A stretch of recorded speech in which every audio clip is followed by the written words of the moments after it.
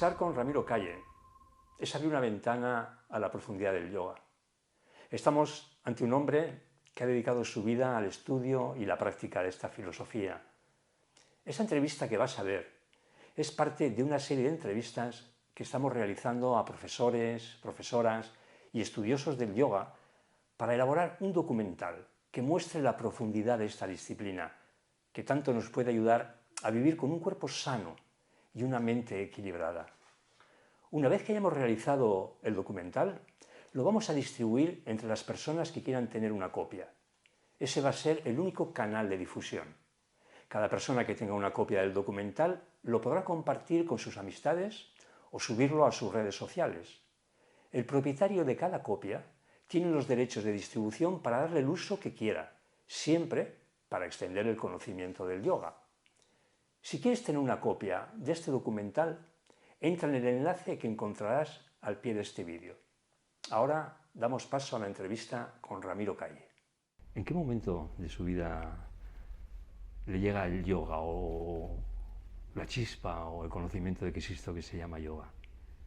Yo he tenido en este sentido una gran fortuna, o podríamos decir un gran destino, o me ha favorecido enormemente, ya sea la casualidad o la ley de la causalidad.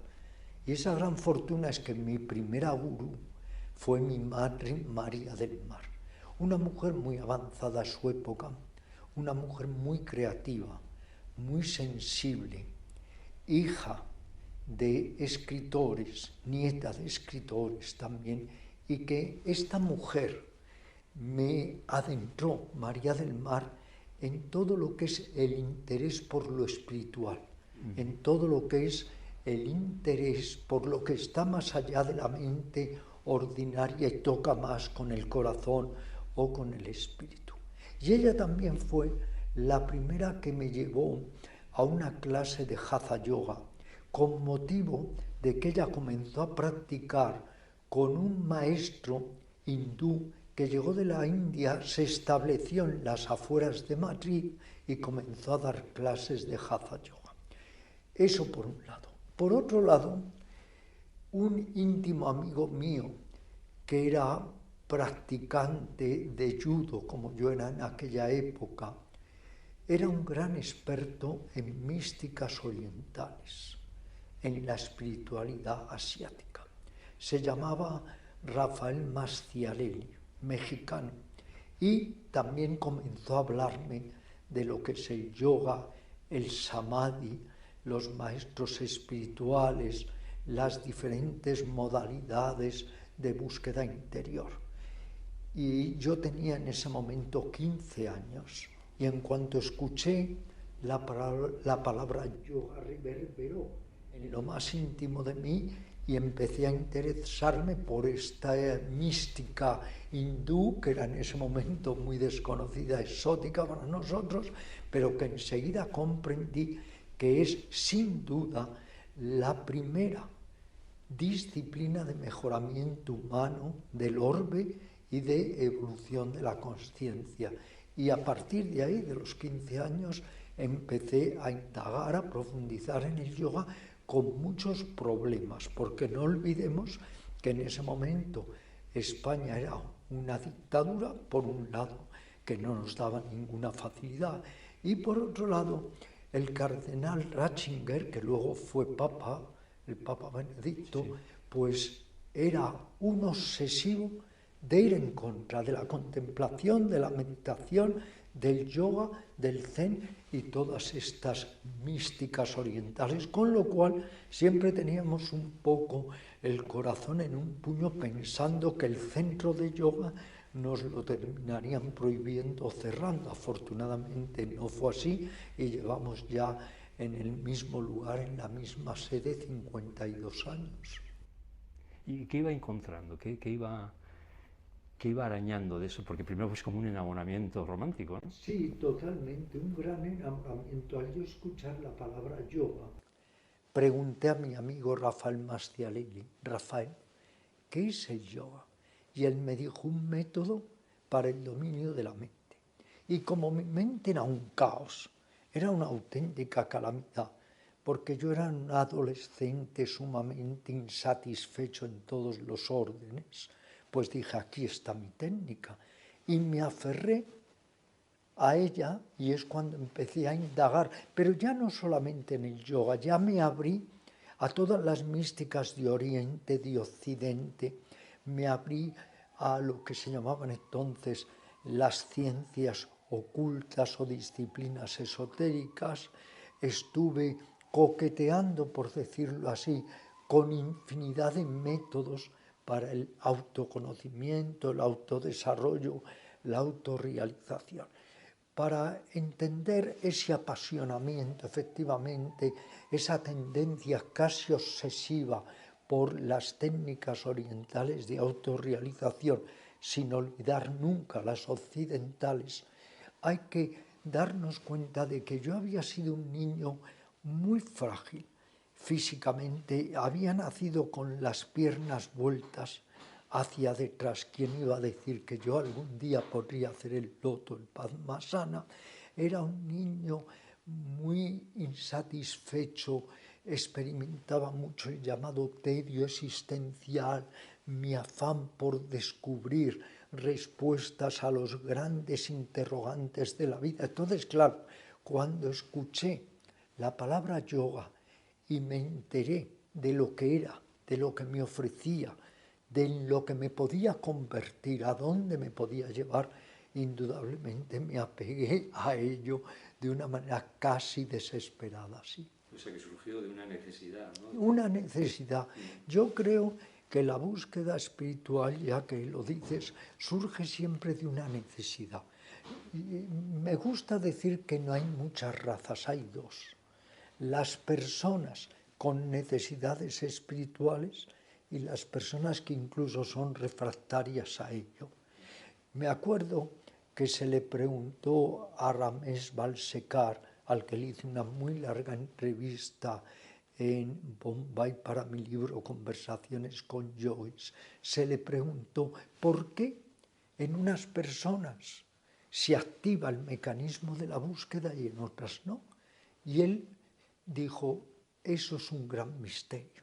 Y soltando una gran carcajada exclamó, pero hay aquel en el que se active la búsqueda. Ya no hay marcha atrás, ya no puedes parar. Entonces, es cierto, todos nos damos cuenta que hay personas que son más afines a la búsqueda interior, a ese viaje hacia los adentros, y hay personas que efectivamente no es que lo ignoren, es que son refractarios, incluso atacan este intento por ir más allá de la mente ordinaria. Curioso.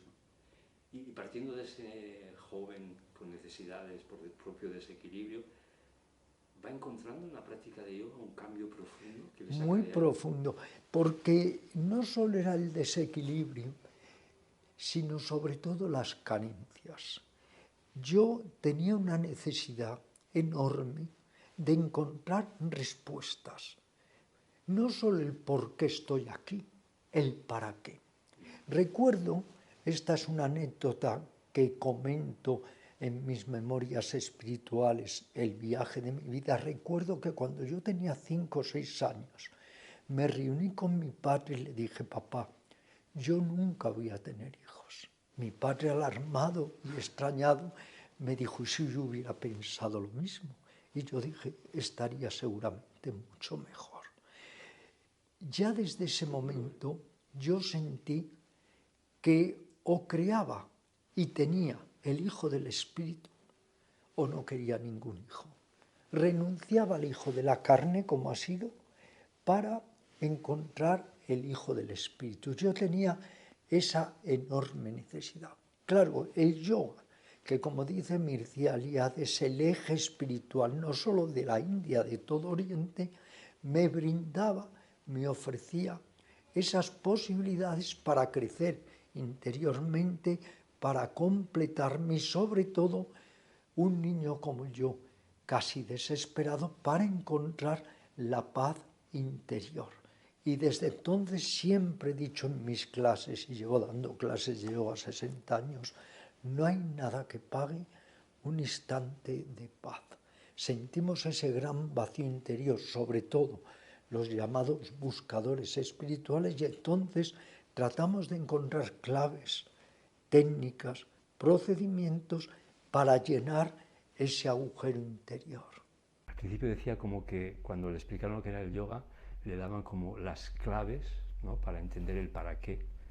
¿Y se ha encontrado esas claves? He encontrado algo muy importante, que no hay respuestas en el intelecto ordinario, que por algo el yoga de Patanjali ya nos dice que hay que inhibir las ideas en la mente para establecernos en el espectador y no dejarnos llevar, aturdir, atolondrar por todo ese cine imparable de la mente ordinaria.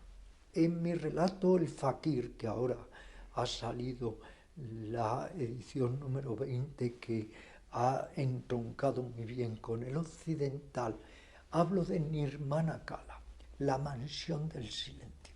La mansión del silencio no se puede encontrar fuera, la mansión del silencio está dentro de nosotros, pero tenemos que hallar lo que llamo el ojo de buey al infinito para pasar de la mente pensante, egocéntrica, voraz, siempre llena de rótulos, de etiquetas, a la mente silente, a la mente profunda, Nirmana Kala, la mansión del silencio, que no es buscarla ni en la India, ni en Japón, ni en los Pirineos, ni en los Alpes, no, es buscarla dentro de nosotros.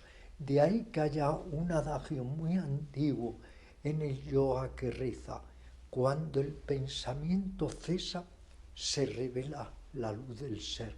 Pero nuestra gran equivocación es que buscamos el ser solo a través de las racionalizaciones, del pensamiento, de fórmulas intelectivas, y así no podemos llegar a ninguna parte. Sí, posiblemente la mayoría de las religiones se entienden desde ahí, además, ¿no?, desde Sí, el intelecto. Ese es el problema. Cuando yo he sido un amante, y soy pero un gran amante, de los místicos occidentales, les he estudiado muy a fondo también sus claves para unirse al todo o a la nada, al vacío, como queramos decirlo, y todos ellos nos dicen que el saber está en el no saber. De ahí el texto célebre, anónimo, la nube del no saber.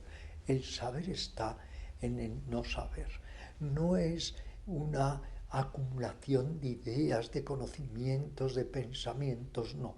Es aprender a parar, para dar el salto e ir a esa otra mente, que es la mente realmente sabia, que está en todos nosotros y que los grandes místicos occidentales la han buscado a través de innumerables técnicas contemplativas, porque aprovecho para decirte que, por ejemplo, los estoicos son los grandes yogis de Occidente. En infinidad de técnicas que ellos utilizaban coinciden con las que han empleado los yogis de la India.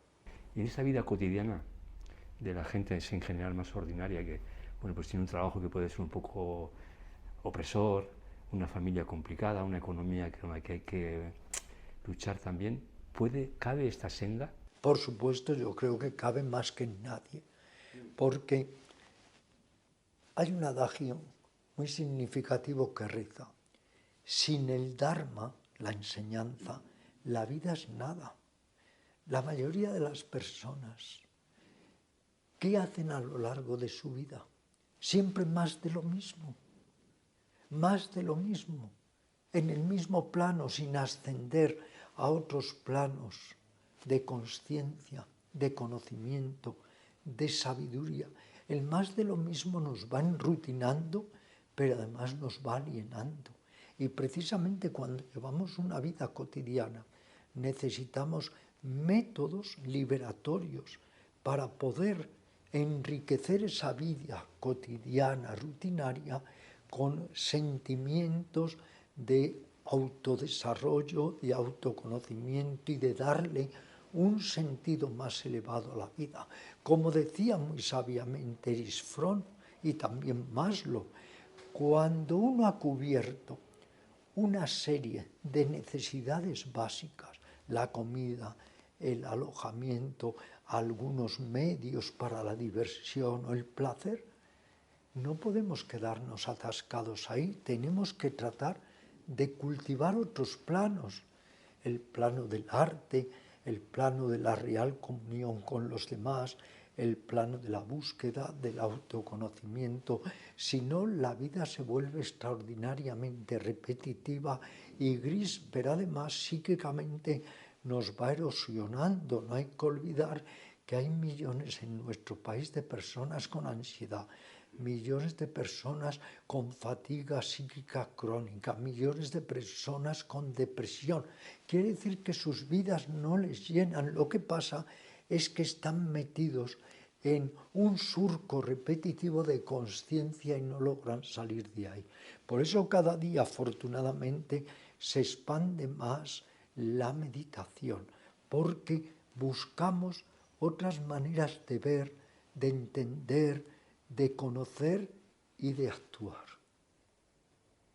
¿Podría comentar un poquito sobre la meditación? Porque se habla tanto de la meditación como la mente en blanco. Cuando alguien en clase me dice, Ramiro, no consigo la mente en blanco, con sentido del humor, le digo, no te preocupes, ya la conseguirás y tendrás miles de años para tener la mente en blanco y en encefalograma plano. No, es que esa es una idea falsa. La meditación, de alguna manera, da entrada a ideas, a sentimientos, a emociones, a estados de ánimo, a memorias, pero ahí es donde hay que aplicar la atención y sobre todo la ecuanimidad, entendiendo por ecuanimidad ver sin reaccionar, establecerte en el testigo, vas viendo todo ese cine interior, todos esos fenómenos, pero mantienes tu calma, tu paz interior. ¿Dónde viene el error con respecto a la meditación? En que la meditación es una, pero hay muchas técnicas y métodos de meditación. La meditación del Raja Yoga, la meditación Zen, la meditación basada en jaculatorias o mantras, la meditación de visualización, la meditación amorosa, vipassana, etc. Entonces, claro, ahí viene el problema.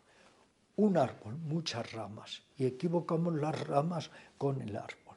No, la meditación es una técnica, es un procedimiento, es de alguna manera un método para entrenar y desarrollar la mente. Y si vamos más allá, para reorganizar nuestra vida psíquica y para conseguir que los viejos patrones mentales que generan sufrimiento propio y ajeno cambien y empecemos a crear actitudes constructivas.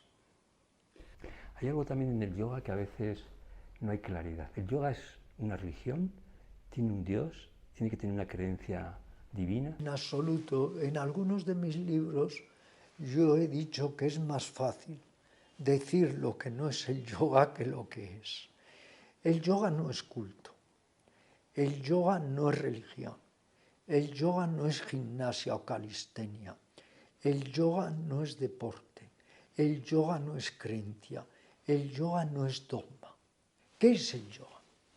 El yoga es básicamente la primera técnica de autoconocimiento, autorrealización, mejoramiento que surgió en el orbe. ¿Cómo? Pues cabe suponer que hace miles de años una serie de personas que no estaban satisfechas con sus limitaciones mentales y emocionales empezaron a introspectarse, a buscar dentro de sí mismas, a concebir, a ensayar métodos para ensanchar la conciencia y para obtener un tipo de comprensión que va mucho más allá de la comprensión intelectual o la comprensión ordinaria. Hay un yoga teísta que incluso peca de beato, porque es un yoga, una rama del yoga, que algunos difunden, sobre todo escuelas sectarias de yoga, que nos quieren hacer pensar que el yoga es solo un método para unir tu Atman o ser interior con el Brahman o ser total. Y que entonces ese yoga se vuelve casi no bhakti yoga, no yoga devocional, sino una religión dogmática impositiva. Es curioso, salimos, nos liberamos de un culto religioso para entrar en otro, eso no tiene ningún sentido. Ese yoga beatífico es como si centrara toda la esencia del yoga en que tienes que creer en Dios y en el alma. No, el yoga es teísta para los que sean teístas, es ateo para los que sean ateos. Quiero recordar que los dos más grandes o dos de los más grandes yogis de la historia, Mahavira y Buda, Buda era totalmente agnóstico y Mahavira tenía una concepción del espíritu, o lo que él llamaba purusa, muy diferente a la que muchas veces nos quieren dar estos yogas, entre comillas, religiosos o pseudo-religiosos. No, hay que ver el yoga como lo que es, un método de autodesarrollo y liberación. ¿Liberación de qué? Porque claro, esta palabra tú lo sabes como profesor de yoga desde hace muchos años, que es liberación, pero nadie especifica de qué. Pues liberación del ego, de la avaricia, del odio, del miedo, de nuestras limitaciones mentales y emocionales. Cuando nos vamos liberando de todo ese fango, de todo ese pus, encontramos un estado de luminosidad y de confort en nuestra propia mente. Quiero decir también que el yoga es, pues, una vía abierta en el sentido de que no hay ni que pertenecer a una religión o a otra. Se respetan todos los cultos, pero el yoga está más allá de los cultos. En este sentido, yo diría, el yoga es transreligioso, está más allá de cualquier religión. Parece ser entonces que el yoga que estamos practicando en la mayoría de las escuelas de yoga es como si no fuese yoga, ¿no? Bueno, una de las preguntas que yo he lanzado al aire inmensidad de veces es ¿por qué le llaman yoga a lo que no es yoga? Y curiosa y paradójicamente, ¿y por qué no le llaman yoga a lo que es verdadero yoga? Entonces todos debemos reflexionar en ello. ¿Por qué le llaman yoga a lo que no es yoga? Ya he anticipado antes, es que el yoga no es deporte, es que no es ejercicio físico, es que no es calistenia, es que no es culturismo, es que no solo es un trabajo sobre el cuerpo para estar más flexible y tener unos glúteos más consistentes. No, el yoga por fortuna es mucho más. Y lo que hizo el yoga es que incorporó el cuerpo como un elemento más, pero para ir a lo más elevado de la consciencia. En todos los textos de Hatha Yoga, en todos se nos especifica claramente, para el que quiera verlo claro, que el Hatha Yoga es como una escalera para llegar al Raja Yoga o el yoga de la mente. No es de extrañar, fíjate, que ya hay algunos vídeos de él por internet que Krishnamurti, de una manera muy irónica o sarcástica, menosprecia, claro, el yoga como ejercicio. Es natural, porque para hacer yoga como simple ejercicio sin más, ¿qué mismo da natación, footing, pesas? ¿No? El yoga es mucho más. Si tuviéramos que definir el yoga, diríamos que es una técnica, la más antigua del mundo, de autorrealización. ¿Para realizar qué?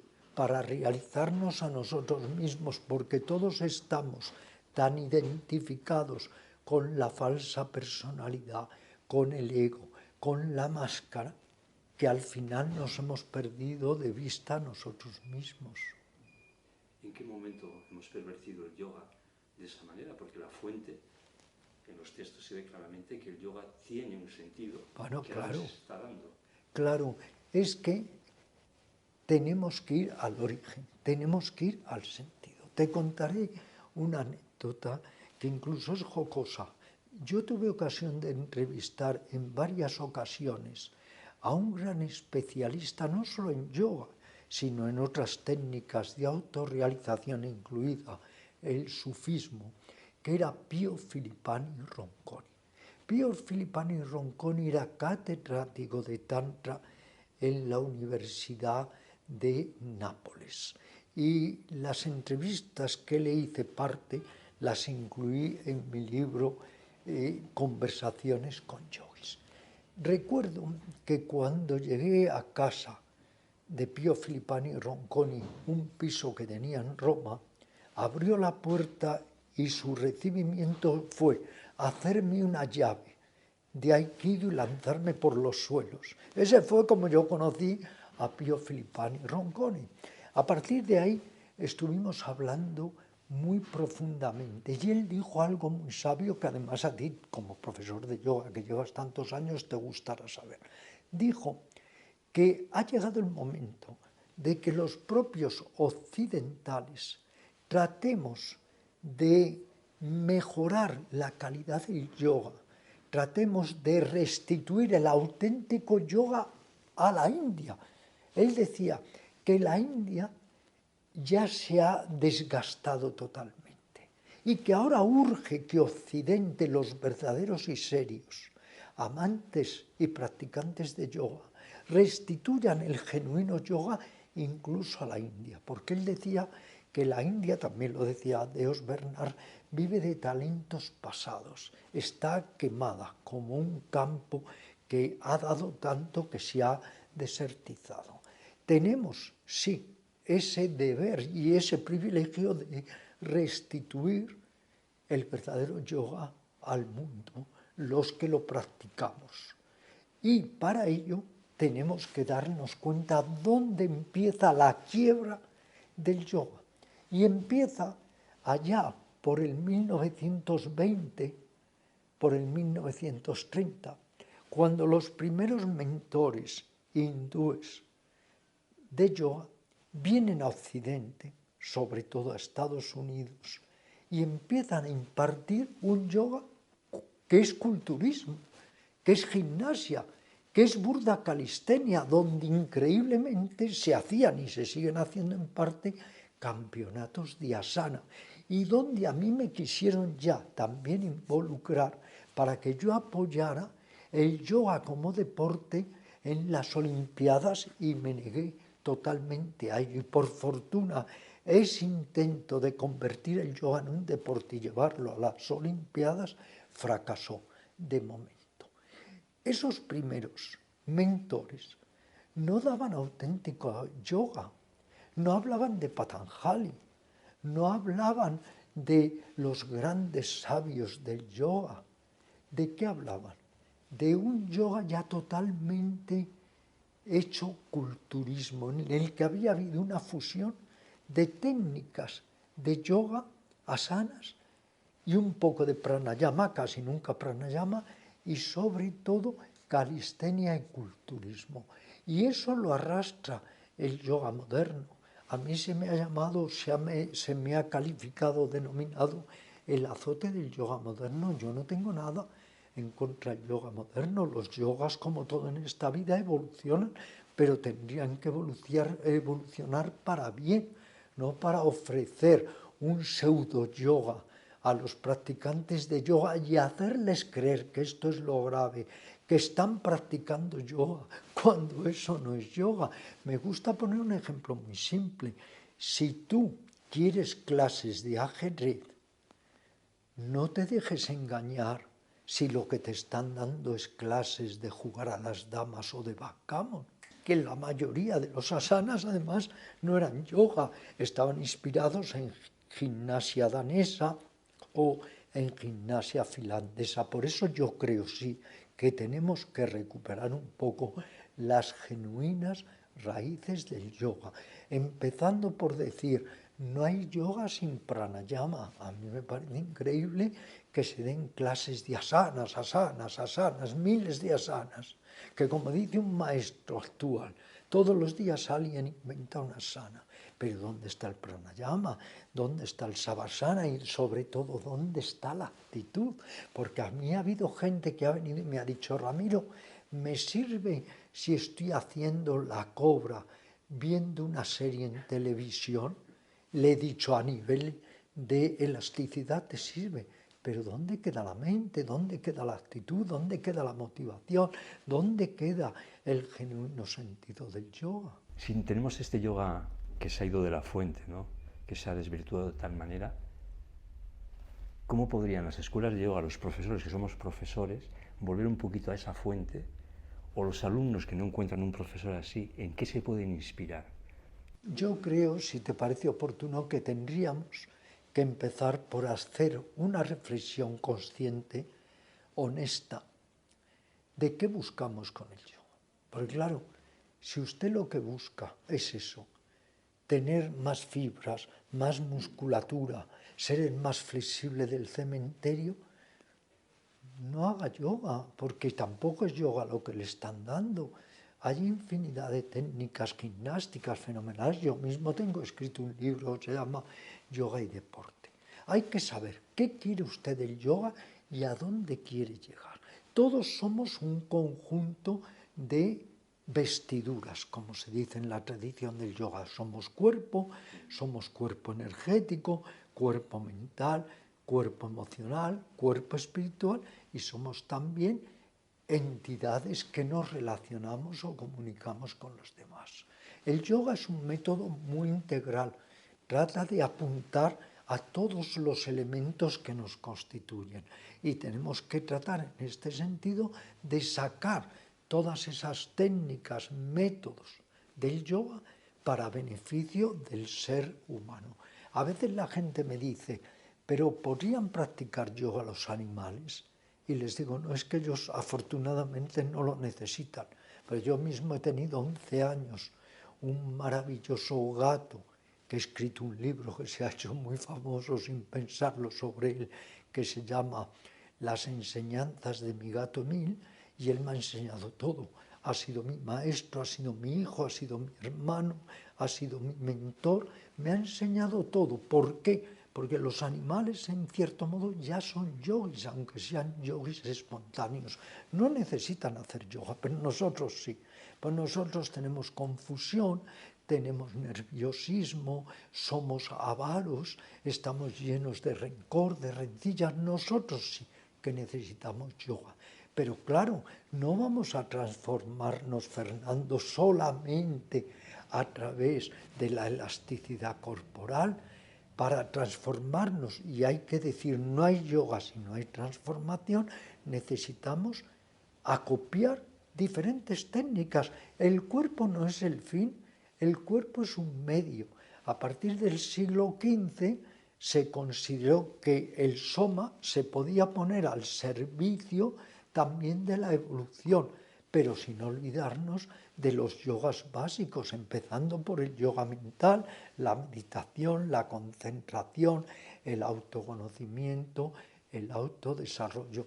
Luego, cada profesor debería hacer un ejercicio de reflexión o análisis para darse cuenta cómo puede enriquecer sus clases y sobre todo orientarlas no solo para un desarrollo, un bienestar físico, sino para ir mucho más allá, porque si no, es como si decimos que lo único que nos enseña la medicina es a poner inyecciones.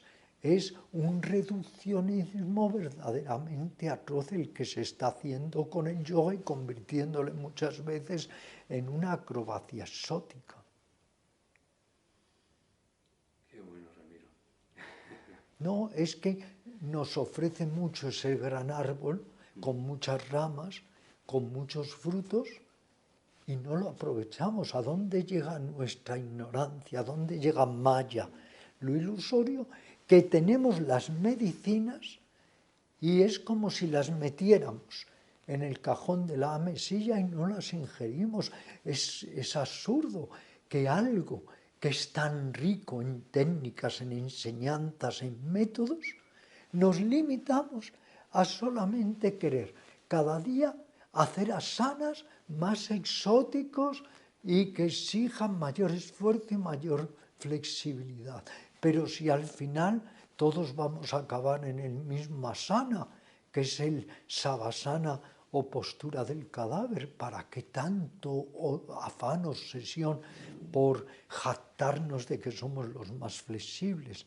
Esta es otra cuestión importante. Surge el yoga para desapegarnos del cuerpo y resulta que el yoga moderno es apego al cuerpo, culto al cuerpo. Surge el yoga para debilitar el ego y resulta que estamos utilizando el yoga para fortalecer cada día más y más el ego. Y luego algo que también nos tiene que chocar y que todos tenemos que hacer, ese ejercicio de autorreflexión con humildad. ¿Cómo es posible que en el campo del yoga es donde florezcan más egos? ¿Cómo es posible? Si el yoga es para debilitar el ego y muchas personas tienen lo que he venido a llamar el síndrome de la tarima. En cuanto se suben en una tarima a dar clases, les surge esa especie de instinto narcisista, yo sé y tú no sabes, y se creen especiales y se jactan de ser profesores de yoga. Parece ser que en algún momento también en la India, cuando estaba surgiendo ese movimiento independentista, cogen el yoga también como algo de valor, ¿no? Como un valor activo para la India. O sea, de decir, la India tiene mucha riqueza y una de sus riquezas es el yoga. Indudablemente, la India es, hay que decirlo claramente, un baluarte impresionante de sabiduría, de mística, de espiritualidad, donde han florecido los más destacados maestros espirituales, donde han florecido las más sobresalientes técnicas de autorrealización, donde están los Upanishads que, como dijo Schopenhauer, han sido el consuelo de mi vida y de mi muerte. La India eterna es única. Es la India que yo siempre he buscado. Yo he ido a la India 99 veces y la gente me dice, ¿pero dónde vas? Digo, simplemente a impregnarme de la India eterna. Pero el problema es que esa misma India eterna entró en una fase de decadencia espiritual muy grande, donde se le dio mucha importancia al rito, muchas veces incluso el ritual sangriento, a una liturgia mecanizada, a una religión degradada o degenerada. Por eso surgieron esos dos grandes personajes que se apartaron de la ortodoxia y que fueron Mahavira y Buda. Y es cierto que muchos siglos después la India instrumentalizó el yoga un poco como ese lado visible para reafirmarse. Pero algo que creo que es deleznable, no sé lo que pensarás tú y las personas que estén compartiendo con nosotros esta charla, es la utilización o instrumentalización política del yoga. Eso ya me parece lo peor de lo peor. Porque mira, que se haya mezclado el yoga con el culturismo, que muchas veces tenga ribetes religiosos, que incluso muchas veces se nos haya dado un yoga supersticioso donde prima los poderes psíquicos, el conseguir 120 años de vida, la longevidad, el yoga se ha presentado como una panacea, todo eso pase, pero ya la instrumentalización política del yoga, antes y ahora y después, yo creo que eso no es admisible. Y una persona entonces que busque ese camino de autorrealización, que podemos llamar el camino espiritual, que el yoga parece que lo tiene, que es una senda clara para alcanzarlo, ¿cómo lo armoniza eso en su vida cotidiana? Para eso tenemos que entender que una cosa es religión organizada, una cosa es religión instituida, que es respetable, está muy bien, pero otra cosa es la espiritualidad. La espiritualidad va más allá de nombres, va más allá de fronteras, va más allá de cultos. La espiritualidad es una especie de impulso maravilloso y profundo, muy hondo, que surge en el ser humano por desarrollarse, por completar la evolución consciente, por humanizarse, por mejorar. La espiritualidad hay que siempre darle la bienvenida, porque la espiritualidad es ese instinto por ser mejor persona, por tratar en esta vida no solo de ayudarnos a nosotros mismos, sino de ayudar a los demás. Pero una cosa es la religiosidad, que a veces nos ofusca y nos confunde, y otra cosa es la verdadera espiritualidad que nace de lo más hondo de nosotros. Tú y yo, a micrófono un poco cerrado, estábamos hablando, tú me has dicho, hambre espiritual. En esta vida hay hambre de muchas cosas. Hay hambre sexual, hambre de alimento, hambre de agua, hambre de reputación, que es una de las peores, porque como decía Krishnamurti, qué mediocre hay que ser para estar buscando reputación, hambre de estatus, hambre de triunfo, de tantas cosas. Hay muchas hambres. Pero en algunas personas hay hambre espiritual y en otras no. Incluso son refractarias, ya lo decíamos. ¿Qué es el hambre espiritual? El hambre espiritual no es un hambre de religión ordinaria, no es un hambre de un culto, de una liturgia. El hambre espiritual es el anhelo inmenso, profundo, insobornable, irrefrenable de humanizarme, de dejar de ser un homo animal para ser un verdadero ser humano donde destaque el amor, la benevolencia, la claridad mental, la lucidez. Se dice, es solo una parábola, que cuando Buda iba a morir le preguntaron: Señor, ¿y al final de todo qué? Y él repuso: al final de todo, mente clara, corazón tierno. Y el hambre espiritual es la que nos induce, no en la vía, o la que nos conduce y no nos afirma en la vía del poder, sino en la vía de la autorrealización, de darle un sentido a la vida, y el mayor sentido de la vida es, por un lado, amor, y por otro lado, paz interior. Si no, ¿de qué sirve la vida? Siempre atormentado, siempre egocéntrico, egoísta, dañando a los demás. Y luego lo que decía Buda: la mente es el mundo es la mente. Lo que urge es cambiar la mente. Puedes hacer todas las asanas del mundo y sigues estando llenos de celos, de odio, de rabia, de resentimiento. Hay que cambiar la mente, y las asanas, los asanas, son coadyuvantes, pero no son la diana a la que hay que apuntar. Por eso, igual, por ese culto al cuerpo, el yoga ha tenido tanta fuerza, y la meditación, que es parte del yoga, pero que se ha quedado ahí como arrinconada. Afortunadamente ahora ya hay decenas de millones de personas que meditan en todo el mundo, cuando se han dado cuenta, cuando se han percatado de que solo con lo exterior no encontramos la paz interna, que está muy bien, cierta energía la dedicamos a mejorar nuestra calidad de vida externa, que si es lícito, los métodos que utilizamos, fenomenal, pero cierta cantidad de energía la tenemos que utilizar para mejorar nuestra calidad de vida interna y no seguir siendo siempre unos grandes neuróticos que nos dañamos a nosotros mismos y dañamos constantemente a los demás. Me emociona, ¿no? Y no sé, me inspira también un poquito el escucharle. Pues me encanta que podamos estar celebrando esta conversación totalmente natural, donde no sabíamos ni de qué íbamos a hablar, que es lo importante.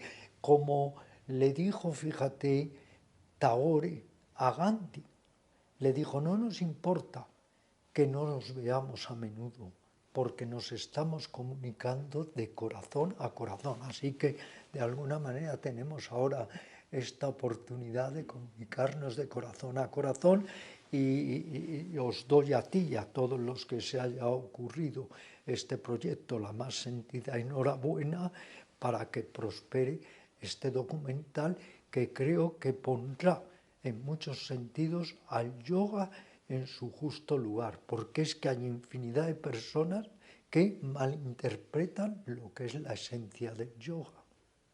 Pues muchas gracias por este momento, por volcar tanta sabiduría, y un placer. Gracias a vosotros.